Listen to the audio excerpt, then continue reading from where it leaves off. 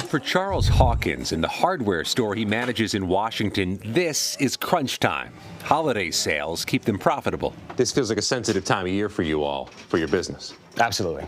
Absolutely. We pretty much wait the entire year for this. Even the smallest interruption or inventory shortage can rattle the business, much less a large supply chain disruption from a railway labor strike. Once things start to sell, you need to replenish. So it's very, very important to actually be able to get things delivered. A nearly century-old law gives Congress the power to resolve labor disputes involving the nation's railroads. And President Biden asked congressional leaders to do so, as the impasse between some rail unions and the industry is now perilously close to a December 9th deadline. The joint resolution is passed. The House voted on a bill to force through the latest offer to rail workers. Let me be clear, a nationwide rail shutdown would be catastrophic. That deal includes 24% raises over 5 years and some bonus payments, but does not include the 7 days of paid sick leave for which some unions have been fighting. Our members told us that sick leave is the number one concern. People are working outdoors. They're dangerous jobs in many cases.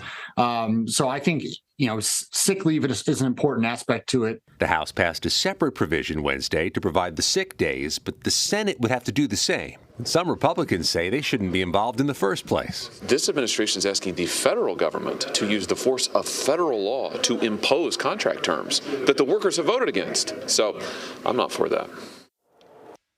All right, so Scott MacFarlane is joining us now to talk a little bit more about this and some other things. But let's start with this vote in the House. Bipartisan support, 290 to 137. But now we move on to the Senate. What sort of hurdles could this bill face in the Senate?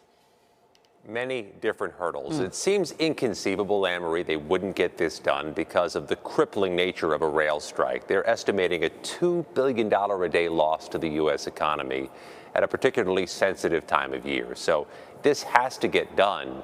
But the silence here is deafening. We've been asking senators, when are you going to vote?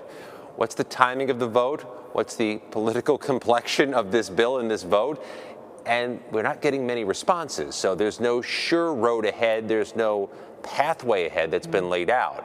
We expect there'll be a pathway. We just don't know it yet. And that's got people somewhat concerned about how close we're going to come to that December 9th deadline. So I'm curious because this House bill is requiring unions to accept the offer brokered by the White House that they did not accept. What are we hearing from labor union leaders at all? How are they reacting to this pro-labor president asking Congress to step in and remove some of their influence?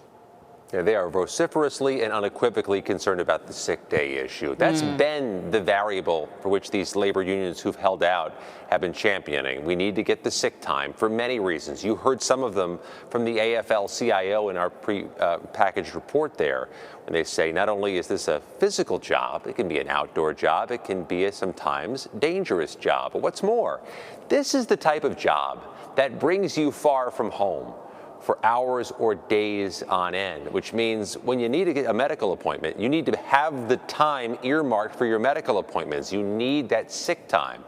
This is the issue that is defining this debate.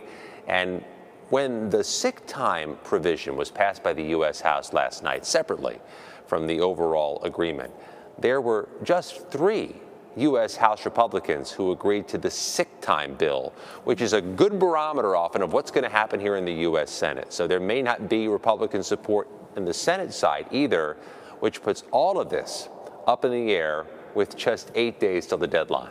Indeed. So let me switch topics a little bit. We've got new leadership when it comes to the Democrats in the House, but they're going to be in the minority come January. What are going to be their top priorities and challenges?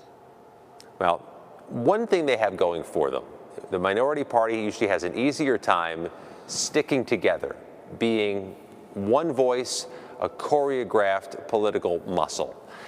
Minority parties have to stick together. They have one mission, which is to become the majority in the future. So House Democrats, with 3 new leaders, Hakeem Jeffries, the new House Democratic leader, Catherine Clark, the new House Democratic whip, and Pete Aguilar, the new House Democratic caucus chair, are now going to have to wrangle votes to oppose a House Republican conference, which Anne-Marie will have the narrowest of majorities. If the minority can stick together, they can make life uniquely difficult for a majority party that has very little margin for error. And Kevin McCarthy already has the challenge of wrangling 218 votes just to become the Speaker of the House. Now imagine the difficulties when challenging bills come forward, raising the debt ceiling, keeping the government open with government spending bills, things that may be politically divisive inside the Republican Party uniquely. If the Democrats stick together, they can make life uniquely challenging. And I think that's going to be the overall mission of the new House Democratic leadership. Stay together, stay as one. But as the minority party, they have a structural advantage that's usually easier to do. Yeah, perhaps uniquely challenging for you too, Scott. Maybe some long nights on Capitol Hill for you, but appreciate it all. Thank you.